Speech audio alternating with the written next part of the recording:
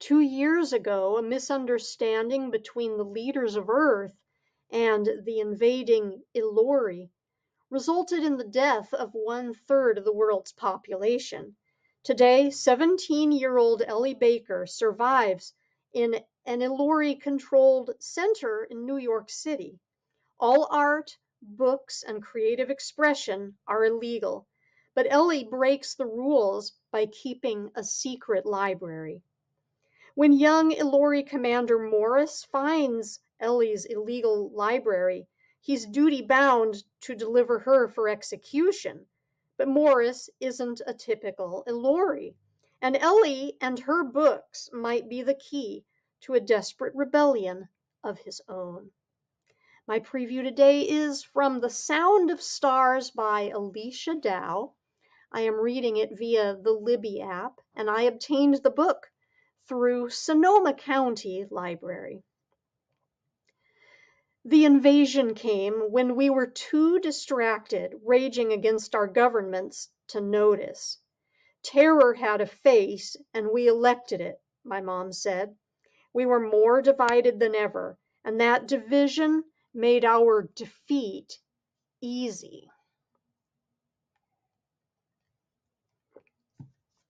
One moment we were screaming at each other, fingers pointed at the bigotry, the chaos, the hatred, and the next, our gaze lifted to the chrome spaceships hovering behind the clouds.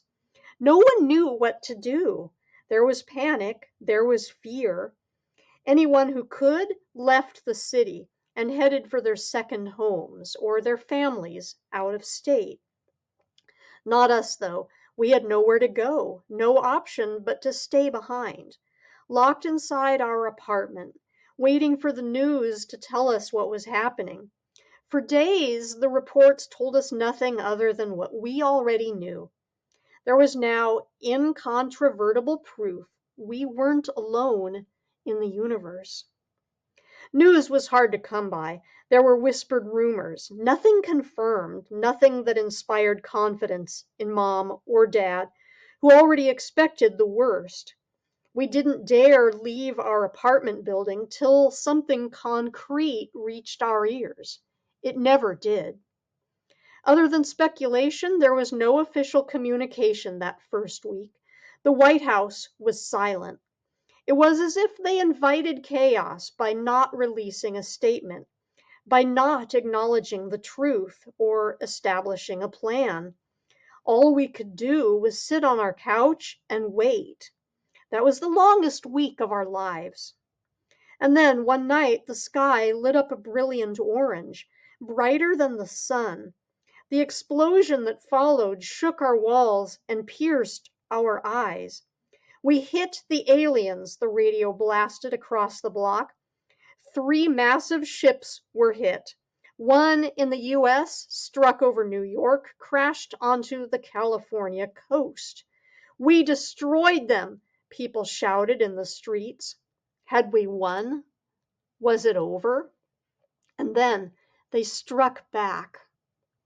Army bases were their first targets, but there was still hope, the news reports said. We still had our National Guard. We didn't need jets and planes. We needed troops on the ground. They were mobilized just before the invasion. Major cities across the world were overrun within days. The battles raged just outside our walls. The Ilori, we learned their names and their abilities, didn't use bombs, didn't need weapons. They marched in black armor and masks and used their hands. They hunted by sound. They could hear our hearts beating, our inhales of breath. They could use their minds to destroy ours. And yet, after taking out the leaders, they didn't. These seemingly invincible creatures responded only to our attacks. Whatever their goal, it didn't involve annihilation. Not that that made a difference.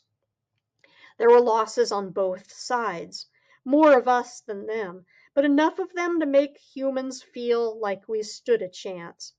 Every dead Ilori was taken and analyzed.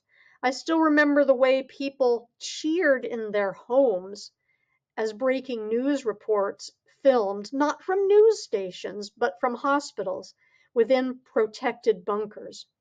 Scientists had found a way to kill the Ilori. They weren't indestructible.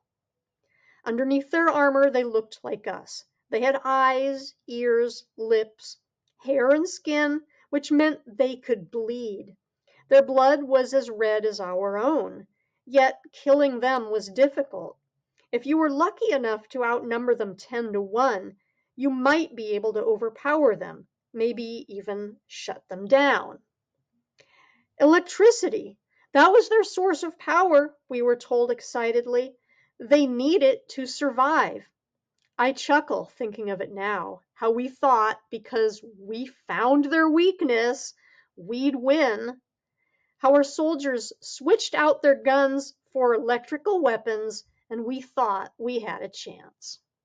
We were wrong. And this has been a preview of The Sound of Stars.